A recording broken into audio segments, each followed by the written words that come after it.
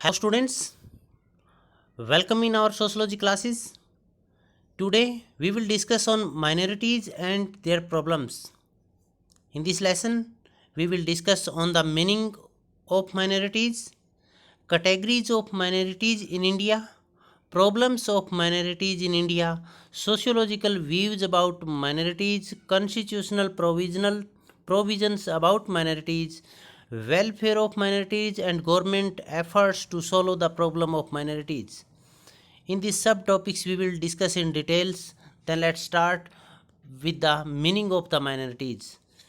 अल्पसंख्यक कौन है? देखिए, किसी भी समुदाय की जिसकी संख्या दूसरे समुदाय के मुकाबले में कम है वो अल्पसंख्यक कहलाएगा। अल्प का मतलब कम, संख्या का मतलब संख्या। जिस समाज या समुदाय की संख्या दूसरे समाज या समुदाय के मामले में कम है तो वो अल्पसंख्यक कहलाएगा। अब केवल संख्या के आधार पर ही अल्पसंख्यक और बहुसंख्यक का निर्धारण किया जाता है, इसीलिए इसको अल्पसंख्यक कहा गया है। जैसे भारतीय संदर्भ की बात करें हम, तो भारत में धर्म के आधार की बात करें तो हिंदू धर्म है वो बहुसंख्यक समुदाय है, बहुसंख्यक समाज है। तो वहीं मुस्लिम, सिख, जैन, ईसाई, पारसी ये अल्पसंख्यक है, क्योंकि हिंदू समुदाय के मुकाबले में इनकी जनसंख्या बहुत कम है। तो अल्पसंख्यक कौन होंगे? अल्पसंख्यक वो होंगे जिसकी संख्या दूसरे पक्ष के मुकाबले में काफ़ी कम है। तो इसका निर्धारण है वो राष्ट्रीय स्तर पर जनसंख्या के आधार पर या राज्य स्तर पर या प्रांतीय स्तर पर जनसंख्या के आधार पर इसका निर्धारण किया जाता है। तो हम शुरुआत करते हैं मीनिंग ऑफ माइनॉरिटीज़। अल्पसंख्यक का अर्थ जो, जैसा कि इसको अल्पसंख्यक का अर्थ जो संख्या में कम हो अथवा अल्प हो वही अल्पसंख्यक होता है। जब भारत आज़ाद हुआ तो उसके साथ साथ देश का विभाजन हुआ और देश दो भागों में बंट गया। एक का नाम हिंदुस्तान या भारत रहा तो दूसरे का नाम पाकिस्तान बना। जो हिंदुस्तान के अंदर मुस्लिम रहते थे वो पाकिस्तान चले गए, तो भारत में मुसलमानों की संख्या काफ़ी कम हो गई। संख्या कम होने के परिणाम स्वरूप भारत में हिंदुओं की संख्या की तुलना में मुसलमानों की संख्या कम होने पर उन्हें अल्पसंख्यक का दर्जा दिया गया। अब मुस्लिमों के साथ साथ सिख, ईसाई, जैन, बौद्ध आदि को भी अल्पसंख्यक का दर्जा दिया गया, क्योंकि इनकी जनसंख्या है वो हिंदुओं के मुकाबले में काफ़ी कम है। Who is minorities? अल्पसंख्यक कौन है? अल्पसंख्यक से तात्पर्य उस समूह से लिया जाता है जो धर्म, भाषा, जाति पर या प्रजाति की दृष्टि से बहुसंख्यक वर्ग से कम या भिन्न हो, कम तथा भिन्न हो। इसका तात्पर्य ये हुआ भाषा के आधार पर। जैसे भारत की बात हम यदि करें तो यहाँ पर हिंदी भाषी लोग हैं वो बहुसंख्यक हैं, जबकि पंजाबी, तमिल, तेलुगु, राजस्थानी ये भाषा बोलने वाले लोग हैं वो कम है, तो वो अल्पसंख्यक होंगे। और वहीं पर प्रजाति की बात करें तो विभिन्न प्रजातियां हैं जो जंगलों या दुर्गम स्थानों में रहती है, वो अन्य विकसित प्रजातियों के मुकाबले में, जातियों के मुकाबले में उनकी संख्या काफ़ी कम है। धर्म की यदि हम बात करें तो हिंदू धर्म है वो बहुसंख्यक है भारत के अंदर, और मुस्लिम, सिख, ईसाई, जैन है वो अल्पसंख्यक है। इसी तरह से यदि स्थान विशेष के अनुसार, देश विशेष के अनुसार अल्पसंख्यक और बहुसंख्यक में फ़र्क होता है। जैसे पाकिस्तान की यदि हम बात करें तो वहाँ पर मुस्लिम लोग हैं वो बहुसंख्यक होंगे, और जो हिंदू, सिख, ईसाई, जैन है ये अल्पसंख्यक वहाँ पर होंगे। तो अल्पसंख्यक का निर्धारण उस समूह समाज की संख्या के आधार पर किया जाता है। भारतीय संविधान में हालांकि अल्पसंख्यक शब्द का प्रयोग तो किया गया है, परंतु इसकी कोई स्पष्ट परिभाषा नहीं दी गई है। सामान्यतः अल्पसंख्यक वे होते हैं जो बहुमत से धर्म एवं भाषा की दृष्टि से संख्या कम होती है। दूसरे शब्दों में किसी भी समाज की जनसंख्या में जिन लोगों का कम प्रतिनिधित्व होता है वे अल्पसंख्यक कहलाते हैं। अब 2011 की जनगणना की यदि हम बात करें तो 2011 की जनगणना के अनुसार भारत की कुल जनसंख्या का मुस्लिम है वो 14.23%, 14.23, ईसाई 2.30, सिख 1.72%, बौद्ध 0.7%, जैन 0.37% तथा अन्य 0.66% है। अब जो हिंदू है उनकी जनसंख्या वो 79.80% है। तो उनके मुकाबले में मुस्लिम भी अल्पसंख्यक है, ईसाई भी अल्पसंख्यक है, सिख भी अल्पसंख्यक है, बौद्ध भी अल्पसंख्यक है, जैन भी अल्पसंख्यक है। और थोड़ा सा यदि और गहराई में जाएं तो यदि भारत की हम बात करें तो मुस्लिमों के मुकाबले में ईसाई अल्पसंख्यक है, ईसाइयों के मुकाबले में सिख अल्पसंख्यक है, सिख के मुकाबले में जैन बौद्ध और जैन अल्पसंख्यक है, और बौद्ध के मुकाबले में जैन है वो अल्पसंख्यक है। तो यहाँ पर कहने का तात्पर्य ये है कि अल्पसंख्यक का निर्धारण संख्या के आधार पर किया जाता है। इसके पश्चात हम आगे बढ़ते हैं कैटेगरीज ऑफ माइनॉरिटीज़।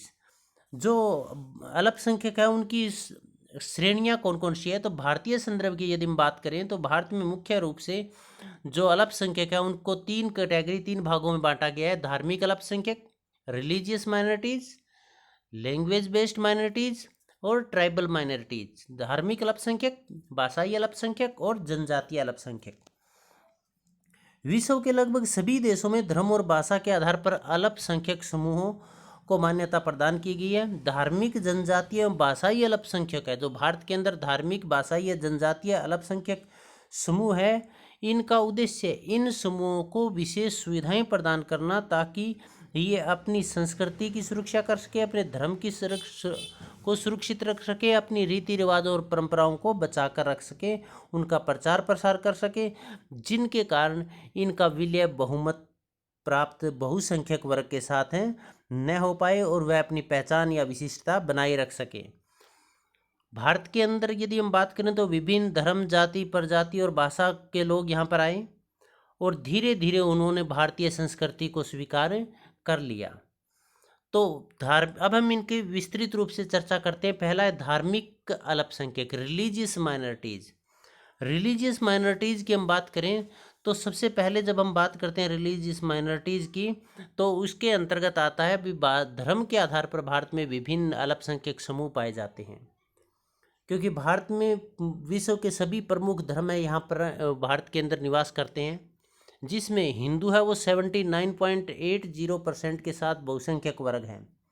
उसके पश्चात मुस्लिम वर्ग है, उसके पश्चात ईसाई है, पारसी है, जैन है, सिख है, जिनके बारे में हम आपको पहले बता चुके हैं। तो धार्मिक अल्पसंख्यक वो अल्पसंख्यक होंगे जो धर्म की संख्या के आधार पर बहुसंख्यक वर्ग से जिनकी जनसंख्या कम होती है, और इस धार्मिक अल्पसंख्यक के अंतर्गत हम मुस्लिम अल्पसंख्यक और उनकी शिकायतों के बारे में जान लेते हैं। भारत में अल्पसंख्यकों की सर्वाधिक जो जनसंख्या है वो मुस्लिमों की है। हिंदुओं के बाद सबसे ज़्यादा जनसंख्या भारत में मुस्लिमों की है।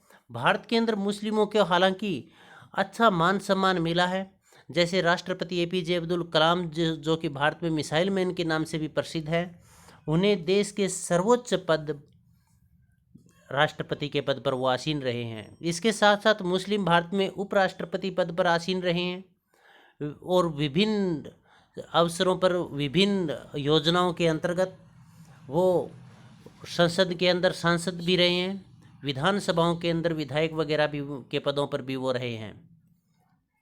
इसके साथ साथ सिविल सर्विसेज में भी उनका योगदान अच्छा रहा है, चाहे वो भारतीय सिविल सर्विस हो, चाहे प्रशासनिक से प्रांतीय प्रशासनिक सेवा हो, उन सभी में उनका अच्छा योगदान रहा है, अच्छा प्रतिनिधित्व भी रहा है।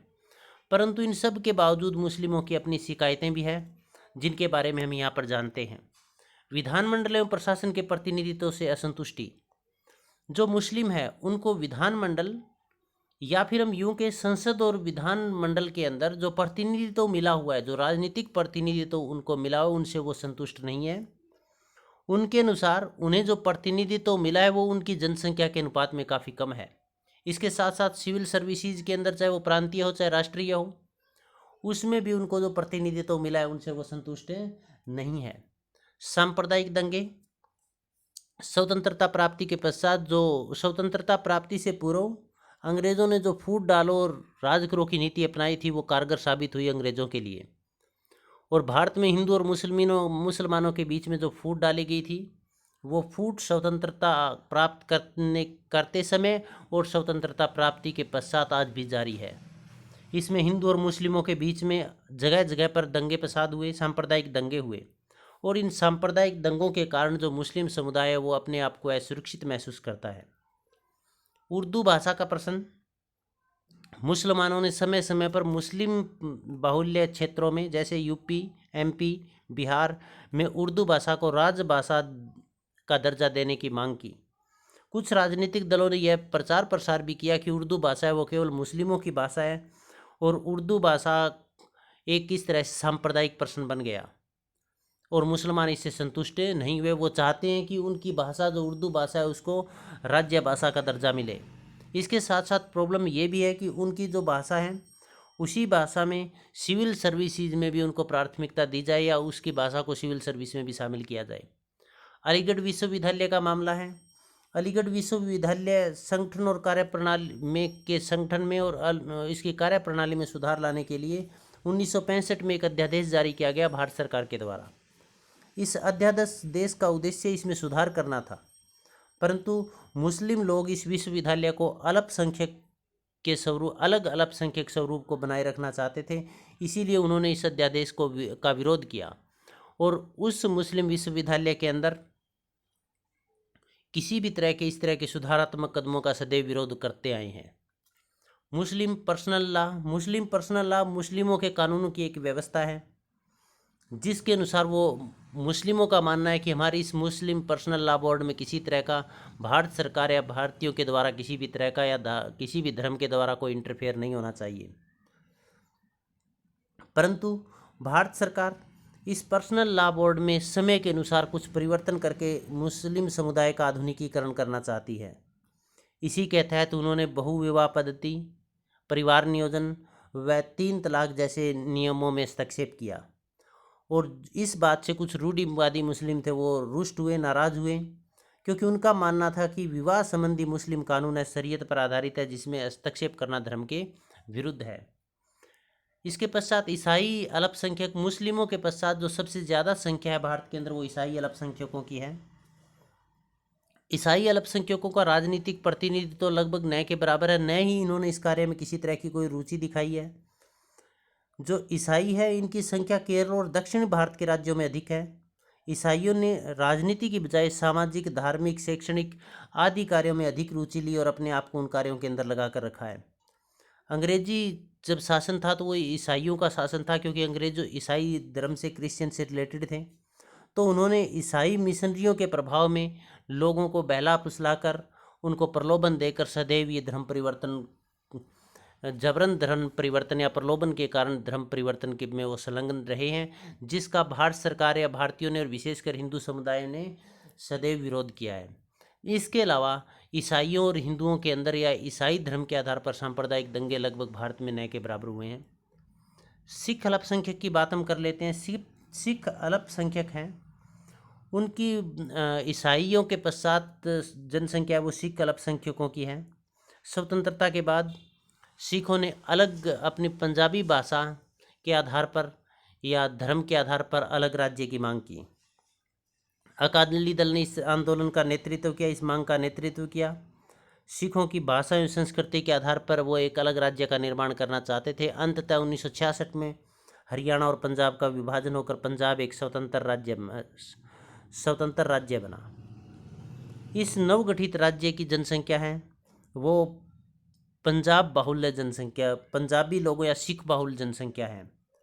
सिखों को या पंजाबी जो लोग हैं उनको केंद्रीय मंत्रिमंडल हो, संसद हो, विधानसभाओं में पर्याप्त प्रतिनिधित्व प्राप्त है। इसके साथ साथ सिविल सर्विसेज में भी उनको पर्याप्त प्रतिनिधित्व प्राप्त है और वह भारतीयता के लिए, भारत के लिए, अपने राष्ट्र के लिए तन मन धन से निरंतर कार्यरत रहे हैं, अपने प्रयासरत रहे हैं।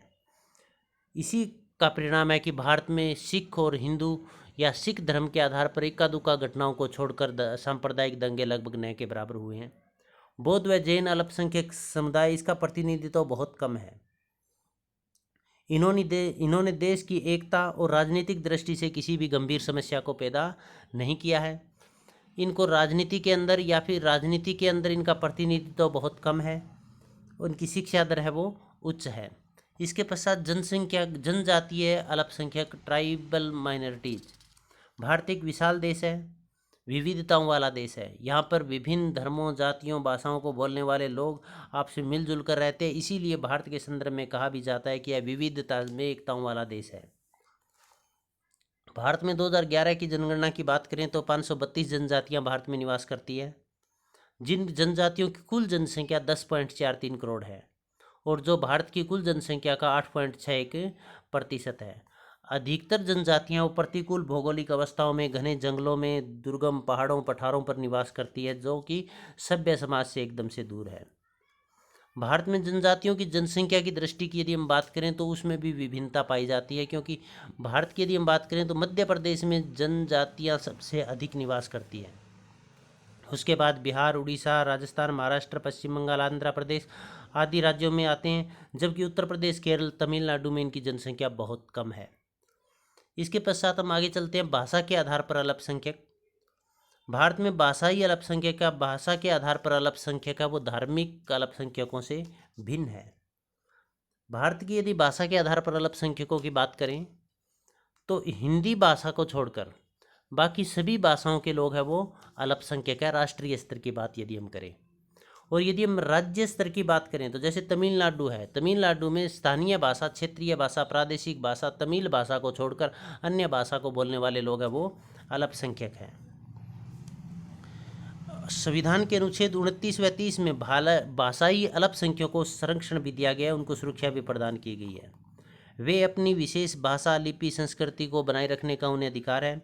संविधान के अनुच्छेद 347 के अनुसार राष्ट्रपति किसी राज्य के अच्छे खासे भाग के द्वारा बोली जाने वाली भाषा को उस राज्य की सरकारी भाषा के रूप में भी मान्यता प्रदान कर सकता है। इसके साथ साथ अनुच्छेद 350 में यह प्रयत्न किया गया, राज्य सरकार का यह कर्तव्य है कि वह अल्पसंख्यकों के बच्चों को प्राथमिक शिक्षा उनकी मातृभाषा में देने के लिए प्रयास करें। अब भाषा के आधार पर भारत में सदैव ही विवाद देखने को मिलता है, असंतोष देखने को मिलता है, क्योंकि दक्षिणी भारत के राज्य जो अपनी क्षेत्रीय भाषा पर फोकस करते हैं वो अंग्रेजी भाषा को तो कुछ समझते हैं, कुछ अच्छी तरह से जानते भी हैं, लेकिन हिंदी भाषा को जो कि राष्ट्रभाषा है वो सदैव इसका विरोध करते आए हैं और वो मानते हैं कि उनके ऊपर किसी भी भाषा को नहीं थोपा जाना चाहिए। परिणाम स्वरूप आपसे इस आधार पर विरोध प्रदर्शन भी देखने को मिलते हैं। भाषा के आधार पर ही आंध्र प्रदेश हो, चाहे गुजरात हो, चाहे महाराष्ट्र हो, पंजाब हो, हरियाणा हो, इन राज्यों का निर्माण किया गया। डीएमके दल ने तो पृथक द्रविड़ भाषा बोलने वालों के लिए द्रविड़स्तान की भी मांग की थी। उर्दू भाषा बोलने वालों में भी असंतोष की भावना व्याप्त है, क्योंकि उनका मानना है, उनकी अक्सर शिकायतें रहती हैं कि उनकी भाषाओं को, उनकी क्षेत्रीय भाषाओं को राजकीय सेवाओं या भारतीय लोक सेवा आयोग द्वारा आयोजित प्रतियोगी परीक्षाओं में हिंदी भाषी लोगों को भी लाभ मिलना चाहिए, को अधिक लाभ मिलता है, जबकि इसके मुकाबले में जो भाषाई अल्पसंख्यक है उनकी भाषा को भी वहाँ पर मान्यता देनी चाहिए। इसके साथ साथ भाषाई अल्पसंख्यकों की एक और मांग भी है कि विश्वविद्यालयों आदि में क्षेत्रीय भाषाओं में अध्ययन किया जाना चाहिए। इनके पश्चात हम आगे चलते हैं। प्रॉब्लम्स ऑफ माइनॉरिटीज़, जो अल्पसंख्यक हैं इनकी समस्याएं क्या है। तो इनकी समस्याओं की जब हम बात करते हैं तो सबसे पहले हम पढ़ते हैं भाषा से संबंधित समस्याएं, रिलेटेड टू लैंग्वेज। भारतवर्ष में अंग्रेजी शासन रहा, तो अंग्रेजों ने अंग्रेजी भाषा के प्रचार प्रसार के लिए कार्य किया और अंग्रेजी भाषा के प्रचार प्रसार के कार्य किया, परंतु जब देश आज़ाद हुआ तो हिंदी को राष्ट्रभाषा के रूप में स्वीकार किया गया।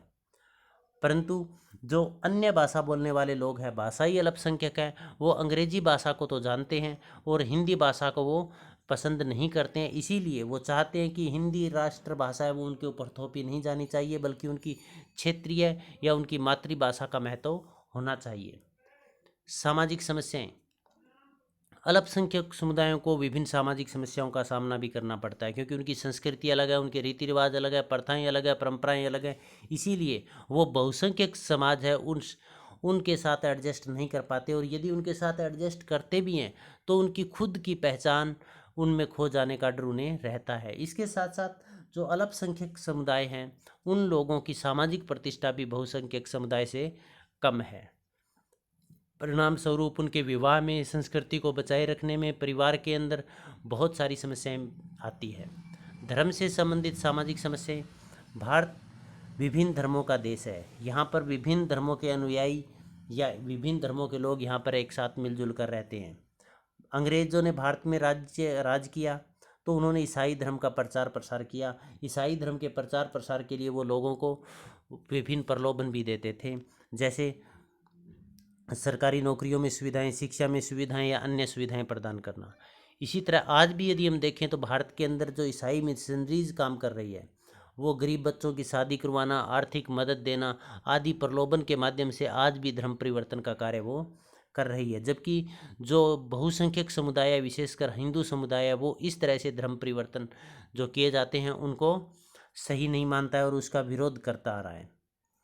धर्म के आधार पर धार्मिक दंगे भी हुए हैं, सांप्रदायिक दंगे भी हुए हैं, जिसने देश को अखंडित जो देश की एकता और अखंडता के लिए खतरा साबित हुए हैं। राजनीति से संबंधित समस्या, अल्पसंख्यकों का मानना है कि उन्हें उचित राजनीतिक प्रतिनिधित्व नहीं मिला हुआ है, और जिसके कारण वे अपनी आवश्यकताएं हैं, वो अपनी मांगे हैं, उनको पूरी नहीं करवा पाते हैं। और इसके साथ साथ भारत में जो राजनीति है वो वोट बैंक की राजनीति है। वोट बैंक की राजनीति होने के कारण किसी जो अल्पसंख्यक समुदाय है उसको खुश करने के लिए राजनीतिक दलों द्वारा टिकट भी दी जाती है, और इसके साथ साथ सांप्रदायिक, जाति या धर्म को आधार मानकर सरकारें बनाई और गिराई भी जाती है। यह भारतीय राजनीति का एक दूषित स्वरूप है, एक बहुत बड़ी समस्या है, क्योंकि जिसमें जो कैंडिडेट है उसके लिए उसकी योग्यता, उसकी क्वालिटी, उसकी गुण कुशलता देखी जानी चाहिए थी। वहाँ पर वोट बैंक की राजनीति के आधार पर अल्पसंख्यक को, चाहे वो योग्य हो या न हो, उनको टिकट दी जाती है और जिताने का प्रयास भी किया जाता है। तो इस तरह की राजनीति है वो देश की अखंडता और एकता के लिए खतरा है। परिवार और विवाह से संबंधित समस्या related to family and marriage. परिवार और विवाह से संबंधित भी विभिन्न समस्याओं का सामना करना पड़ता है, क्योंकि परिवार के ऊपर पाश्चात्य संस्कृति का प्रभाव है। पाश्चात्य संस्कृति व्यक्तिवादिता को बढ़ावा देती है, सुखवादिता को बढ़ावा देती है, भोगवादिता को बढ़ावा देती है। परिणाम स्वरूप भारत में जो संयुक्त परिवार थे उनका विघटित होकर वो एकल परिवार में परिवर्तित हो रहे हैं। इसके साथ साथ अल्पसंख्यकी जो समुदाय है वो समुदाय बहुसंख्यकी समुदाय के संपर्क में आते हैं, तो इसके कारण प्रेम विवाह, विलंब विवाह, इस तरह की वैवाहिक संस्था में भी परिवर्तन देखने को मिलते हैं। इसके पश्चात हम आगे करते हैं संस्कृति को बनाए रखने से संबंधित समस्याएं related to preserve the culture. जो अल्पसंख्यक समुदाय हैं उसकी एक बहुत बड़ी समस्या ये है कि वो बहुसंख्यक समुदाय की संस्कृति में अल्पसंख्यक समुदाय की संस्कृति का विलय होने का खतरा सदैव रहता है, क्योंकि अल्पसंख्यक उनकी संख्या कम होने के कारण वो अपनी संस्कृति को, अपनी भाषा को, अपने खान पान को, अपनी विशिष्ट पहचान को सुरक्षित रखने में असहज महसूस करते हैं। विसंगति या आदर्श शून्यता की समस्या। अल्पसंख्यकों के सामने एक बहुत बड़ी समस्या ये भी है कि उन्हें आदर्श शून्यता या नियमहीनता या एनोमी की स्थिति भी इससे पैदा होती है, क्योंकि बहुसंख्यक वर्ग है वो उच्च पदों, अच्छे सम्मानित पदों पर पहुंचे हुए होते हैं, इसीलिए वो अपने बहुसंख्यक वर्ग से संबंधित लोगों को नौकरी या अन्य कार्यों में वरीयता प्रदान करते हैं ताकि वो उनके वर्ग के लोग हैं वो आगे बढ़ सके। इसका परिणाम यह होता है कि जो अल्पसंख्यक समुदाय है उसकी योग्यता, उसके टैलेंट का सदुपयोग नहीं हो पाता और योग्य बच्चे हैं वो भी आगे नहीं बढ़ पाते।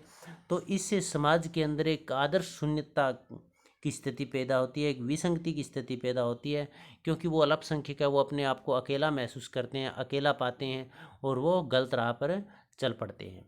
तो प्रॉब्लम्स ऑफ माइनॉरिटीज़ थी। इसके बाद सोशियोलॉजिकल व्यूज अबाउट माइनॉरिटीज़। जो समाजशास्त्रीय यदि अध्ययन करें तो अल्पसंख्यक है इनके रुचिकर आंकड़े हमारे सामने आते हैं। पहली बात करते हैं ग्रामीण व नगरीय पृष्ठभूमि। मुसलमान है उनकी ज़्यादातर पृष्ठभूमि है वो नगरीय है, वो ज़्यादातर नगरों में निवास करते हैं। जैन धर्म के लोग हैं उनकी पृष्ठभूमि भी नगरीय है, वो भी नगरों में निवास करते हैं। जबकि सिख, ईसाई और बौद्ध है उनकी पृष्ठभूमि नगरीय और ग्रामीण दोनों है। प्रजनन की दर, मुसलमानों की यदि हम बात करें तो प्रजनन की दर है वो सबसे ऊंची मुस्लिमों में है। ईसाइयों में प्रजनन की दर सबसे कम है और मुस्लिमों के पश्चात बौद्ध, हिंदू, सिख, जैन, ईसाइयों आदि में पाई जाती है। लिंगानुपात सभी धर्मों में काफ़ी कम है। कम होने का तात्पर्य ये हुआ कि पुरुषों से महिलाओं की संख्या है वो कम है, परंतु ईसाइयों में अन्य धार्मिक संप्रदायों के मुकाबलों में लिंगानुपात की बात करें तो वो सबसे अधिक है और सिखों में लिंगानुपात सबसे कम है। धार्मिक उपासना की विविधता। अल्पसंख्यकों की धार्मिक उपासना में भी विविधता देखने को मिलती है। सभी धर्मों की उपासना की विधि अलग अलग है, अलग अलग प्रथाएं हैं, अलग अलग परंपराएं हैं और यह अंतर रहन सहन, खान पान की व्यवस्था तथा दिन प्रतिदिन के व्यवहार में भी स्पष्ट होता है, स्पष्ट दिखाई देता है। जो विदेशी मूल रूप से भारत में आकर बसे थे वो भारतीय समाज के अभिन्न अंग बन गए हैं। सांस्कृतिक विभिन्नता, अल्पसंख्यकों की एक खास बात ये भी है कि वहाँ पर सांस्कृतिक विभिन्नता को भी देखने को मिलती है। धर्म के आधार पर अलग अलग खान पान, पहनावा, रंग आदि, जैसे केसरिया हिंदुओं का है तो हरा मुस्लिमों का है। उनके धार्मिक प्रतीक चिन्ह भी सभी के अलग अलग है। उनका पहनावे भी अलग अलग है, जैसे मुस्लिम टोपी पहनेंगे, सिख है वो पगड़ी बांधेंगे। तो इसका मतलब क्या हुआ, भी सांस्कृतिक विभिन्नता है, उनके आचार व्यवहार में विभिन्नता है, उनके रहन सहन में विभिन्नता है, खान पान में विभिन्नता है, विभिन्न रस्मों या फिर सामाजिक क्रियाओं में भी विभिन्नता देखने को मिलती है। धार्मिक संघर्ष या सांप्रदायिकता, अल्पसंख्यकों के आधार पर, अल्पसंख्यक धर्म के आधार, धर्म और भाषा के आधार पर, और इसमें से विशेषकर धर्म के आधार पर धार्मिक कट्टरता के कारण विभिन्न धार्मिक संघर्ष भी देखने को मिलते हैं, जो कि इस बाद में सांप्रदायिक दंगे का रूप धारण कर लेते हैं। तात्पर्य ये हुआ कि धार्मिक अल्पसंख्यक के आधार पर सांप्रदायिक दंगे भी देखने को मिलते हैं। समानता व धर्मनिरपेक्षता, भारतीय संविधान में भारत को एक धर्मनिरपेक्ष राज्य घोषित किया गया है, जिसके अनुसार राज्य का अपना कोई धर्म नहीं है और राज्य सभी धर्मों के साथ समानतापूर्वक व्यवहार करता है। धर्म और राजनीति, भारत में धर्म और राजनीति घनिष्ठ रूप से संबंधित है। धर्म के अंदर राजनीति का विशेष महत्व है। धार्मिक आधार पर राजनीतिक दल भी बने हुए हैं, जैसे अकाली दल, और इसके साथ साथ धर्म के आधार पर वोट बैंक की राजनीति भी की जाती है। एक विशेष संप्रदाय के लोगों को उस संप्रदाय के बाहुल्य क्षेत्र में टिकट भी दी जाती है, और धार्मिक आधार पर, धर्म के आधार पर अपने धर्म के लोगों को राजनीतिक, आर्थिक या सामाजिक लाभ पहुंचाने की कोशिश भी की जाती है। शिक्षा दर की यदि हम बात करें तो शिक्षा दर है, उसको जब हम देखते हैं तो ईसाई है उनकी शिक्षा दर सबसे अधिक है, मुस्लिमों की शिक्षा दर कम है, और इनमें महिलाओं की शिक्षा दर है वो सभी धार्मिक अल्पसंख्यक, उन महिलाओं की शिक्षा दर है वो पुरुषों के मुकाबले में कम है। इनके पश्चात आगे बढ़ते हैं हम। Constitutional provisions for minorities, welfare of minorities, government efforts to solve the problems of minorities. ये इस एक के अंदर ही हम इसके बारे में लिखेंगे, सारे पॉइंट इसी में एक्सप्लेन करेंगे। तो अल्पसंख्यकों को हितों की रक्षा के लिए, अल्पसंख्यकों को अपनी पहचान बनाए रखने के लिए, उनको सुरक्षा प्रदान करने के लिए 15 जनवरी 1978 में अल्पसंख्यक आयोग की केंद्र सरकार के द्वारा अल्पसंख्यक आयोग का गठन किया गया। यह आयोग है, ये भाषाई या धार्मिक भाषा तथा धार्मिक अल्पसंख्यकों के हितों की रक्षा करने के लिए इस आयोग की नियुक्ति की घोषणा की गई थी। इस सरकारी विज्ञप्ति के अनुसार अल्पसंख्यक आयोग की नियुक्ति का उद्देश्य भारतीय संघ की धर्मनिरपेक्ष परंपराओं की रक्षा करना, राष्ट्रीय एकीकरण को बढ़ावा देना, भी धर्म है वो राष्ट्रीय विघटन का कारण है मैंने, तथा अल्पसंख्यकों के दिल व दिमाग में असमानता व असुरक्षा की भावना को समाप्त करने की दिशा में एक कारगर कदम है। आयोग अल्पसंख्यकों के बारे में केंद्र और राज्य सरकारों के क्रियान्वयन की नीतियों की समीक्षा करता है और हर साल इससे संबंधित रिपोर्ट भी देता है। राष्ट्रीय अल्पसंख्यक आयोग 1992 में संसद द्वारा पारित किया गया। इस अधिनियम के तहत पुराने आयोग के स्थान पर 17 मई 1993 को वैधानिक अधिकार संपन्न, मतलब कानून द्वारा मान्यता प्राप्त राष्ट्रीय अल्प आयोग का गठन किया गया 17 मई 1993 को। इस आयोग में एक अध्यक्ष, एक उपाध्यक्ष और 5 केंद्र सरकार द्वारा नामित सदस्य होते हैं, और ये सभी अल्पसंख्यक समुदाय से होते हैं। 21 जनवरी 2000 को राष्ट्रीय अल्पसंख्यक आयोग का फिर पुनर्गठन भी किया गया। अब इसमें संविधान के अनुच्छेद 350 के अंतर्गत नियुक्त विशेष अधिकारी इस आयोग के सचिव के रूप में काम करता है। आयोग का मुख्यालय, राष्ट्रीय अल्पसंख्यक आयोग का मुख्यालय है वो दिल्ली में स्थित है। अब इस आयोग के कार्य क्या है? अनुच्छेद 350 के तहत गठित जो आयोग है वो क्या क्या काम करता है? संविधान में तथा केंद्र एवं राज्य सरकारों द्वारा पारित कानूनों के अंतर्गत अल्पसंख्यकों के लिए उपलब्ध विभिन्न संरक्षणों की क्रियाशीलता का मूल्यांकन करता है। भी जो संरक्षण संविधान के द्वारा या फिर केंद्र और राज्य सरकारों के द्वारा पारित कानूनों के तहत अल्पसंख्यकों को विभिन्न अधिकार दिए गए हैं, वो वास्तव में क्रियाशील हुए हैं या नहीं हुए हैं। उपयुक्त सभी संरक्षण कानून केंद्र और राज्य सरकारों द्वारा पारित सभी कानूनों को प्रभावी ढंग से लागू करने व उनके कारगर बनने के लिए के संबंध में सुझाव देने का कार्य अल्पसंख्यक आयोग का है। तीसरा है केंद्र और राज्य सरकारें। अल्पसंख्यक आयोग के कार्यों के अंतर्गत जब हम बात करते हैं तो केंद्र और राज्य सरकारों द्वारा अल्पसंख्यकों के लिए बनाई गई नीति के क्रियान्वयन का कार्य भी, उस नीति को लागू करने का कार्य भी अल्पसंख्यक आयोग का है। अल्पसंख्यकों को प्रदत्त सुरक्षाओं और अधिकारों से वंचित किए जाने संबंधी यदि अल्पसंख्यकों के हितों पर कुठाराघात किया है तो उससे संबंधित शिकायतों पर ध्यान देने का कार्य भी इस अल्पसंख्यक आयोग का है। अल्पसंख्यकों के साथ किसी भी तरह का यदि भेदभाव किया जाता है तो उस भेदभाव से बचाने का कार्य, उससे संबंधित विषयों का अध्ययन, शोध एवं विश्लेषण का कार्य करना भी इस आयोग का कार्य है। केंद्र व राज्य सरकारों द्वारा किसी भी अल्पसंख्यक मामले में अपनाए जाने वाले उचित वैधानिक और कल्याणकारी का कदम के मामले में सुझाव देने का कार्य भी मतलब अल्पसंख्यकों के कल्याण और वैधानिक कानूनी उपायों के संबंध में सुझाव देने का कार्य भी इस आयोग का है। अल्पसंख्यकों को वर्तमान अवस्थाओं से संबंधित सूचनाओं के मामले में राष्ट्रीय आदान प्रदान केंद्र के रूप में भी कार्य करता है। सरकार को एक निर्धारित अवधि में समय समय पर रिपोर्ट देने का कार्य भी इस आयोग का है।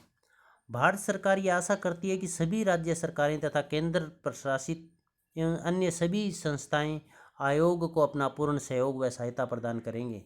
आयोग अपने कार्यों तथा सुझावों से संबंध में राष्ट्रपति को भी वो एक वार्षिक रिपोर्ट प्रदान करते हैं। इसके पश्चात अल्पसंख्यकों के कल्याण के लिए धारा 350 के अंतर्गत एक आयोग का गठन किया ही गया, जिसके बारे में हम आपको पहले ही बता चुके हैं। इसके अलावा राष्ट्रीय जीवन के सभी पक्षों, पहले अनुच्छेदों की बात कर लेते हैं भी किस अनुच्छेद में सरकार के द्वारा क्या प्रयास किए गए हैं अल्पसंख्यकों के कल्याण के लिए। तो अनुच्छेद 14 के अनुसार सभी भारत के सभी नागरिकों को विधि के समक्ष, कानून के समक्ष समान माना गया है, बराबर माना गया है।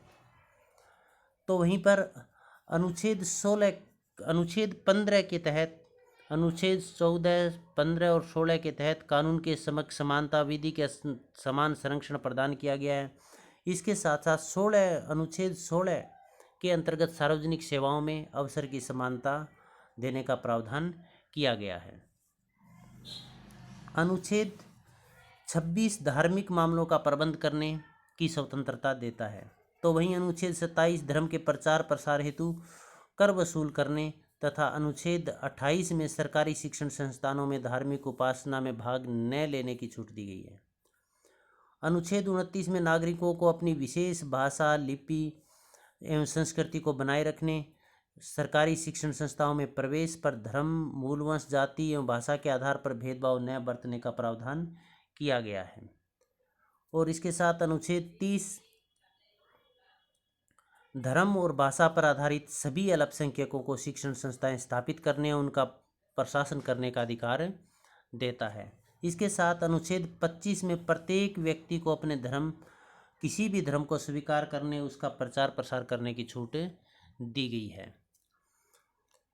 इसके साथ साथ हम आगे बढ़ते हैं। सन 1983 में केंद्र सरकार ने अलग रूप से एक अल्पसंख्यक प्रकोष्ठ की स्थापना की थी, जो प्रधानमंत्री के 15 सूत्री कार्यक्रम का एक भाग है। यह प्रकोष्ठ काम क्या करता है? यह अल्पसंख्यकों के द्वारा राष्ट्रीय जीवन में पूरी तरह से भाग लेने, अल्पसंख्यकों की शिकायतों को दूर करने एवं उनके कल्याण से संबंधित देख रेख का कार्य करता है।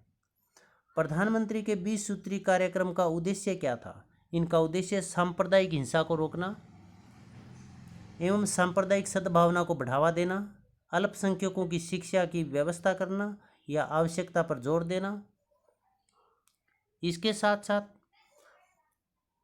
हिंसा को रोकना, सेवाओं में उनकी भर्ती के लिए प्रयत्न करना तथा 20 सूत्री कार्यक्रम सहित अन्य विकास कार्यक्रमों में उन्हें अपना हिस्सा दिलाने आदि का कार्य इसके द्वारा किया जाता है। तो वहीं 1987 में न्यायमूर्ति M.H. बेग की अध्यक्षता में भी गठित अल्पसंख्यक आयोग ने अपनी रिपोर्ट राष्ट्रपति को देने के सुझाव दिए थे। उनमें से एक सुझाव धर्म को राजनीति से अलग रखने का था। हालांकि इस दिशा में राजनीतिक दलों के द्वारा अभी तक उचित कदम नहीं उठाए गए हैं। भाषाई अल्पसंख्यकों के लिए एक अलग से कमीशन भी है, जो संविधान में भाषाई अल्पसंख्यकों के लिए दिए गए प्रावधानों में से जांच पड़ताल करता है और उनसे संबंधित शिकायतों को भी सुनता है। तो अल्पसंख्यकों को सुरक्षा प्रदान करने के लिए संविधान में 14, 15, 16, 25, 26, 27, 28, 29, 30 इन धाराओं, धारा 347, धारा 350 और जो राष्ट्रीय अल्पसंख्यक आयोग का गठन करके और इसके साथ साथ 15 सूत्री कार्यक्रम आदि के माध्यम से अल्पसंख्यकों के हितों की रक्षा करने की दिशा में और उनको समस्याओं के समाधान करने के लिए सरकार के द्वारा अनेक कदम उठाए गए हैं। एक क्वेश्चन आप इसके साथ साथ कमेंट बॉक्स में भी लिखकर डालोगे कि अल्पसंख्यक आयोग का गठन कब किया गया था। सेल्फ असेसमेंट सेशन में हम चलते हैं। अल्पसंख्यक किसे कहते हैं, काफ़ी इंपॉर्टेंट क्वेश्चन है 2 नंबर का। भारत में अल्पसंख्यकों की श्रेणियां बताएं, भाषाई आधार पर, प्रजातीय आधार पर, धार्मिक आधार पर। धार्मिक अल्पसंख्यक भारत में कौन कौन से हैं? धार्मिक अल्पसंख्यक कौन कौन से हैं? हिंदुओं को छोड़कर बाकी सभी। अल्पसंख्यकों की प्रमुख समस्याएं कौन कौन सी है? 2 नंबर का क्वेश्चन। मुस्लिम अल्पसंख्यकों की समस्याएं बताइए। राष्ट्रीय अल्पसंख्यक आयोग का गठन कब किया गया? अल्पसंख्यक कौन है? भारत में अल्पसंख्यकों की समस्याएं व उनके समाधान के सरकारी प्रयासों की व्याख्या कीजिए। सरकारी प्रयासों में आप संविधान में किए गए संवैधानिक प्रावधानों को भी लिख सकते हैं। इसके साथ साथ आयोग के गठन का वर्णन कर सकते हैं आप। 15 सूत्री कार्यक्रमों का वर्णन आप यहाँ पर कर सकते हैं। अल्पसंख्यक आयोग का अर्थ स्पष्ट करते हुए भारत में अल्पसंख्यकों के प्रति समाजशास्त्रीय दृष्टिकोण पर प्रकाश डालें। भारत में अल्पसंख्यकों के लिए किए गए संवैधानिक प्रावधानों को भी बताएं। ये 5 नंबर का क्वेश्चन और कुछ बड़े क्वेश्चन हमने यहाँ पर लिखे हुए हैं। किसी भी तरह का डाउट हो आप कमेंट बॉक्स में ज़रूर लिखिएगा। साथ बने रहने के लिए आप सबका बहुत बहुत धन्यवाद।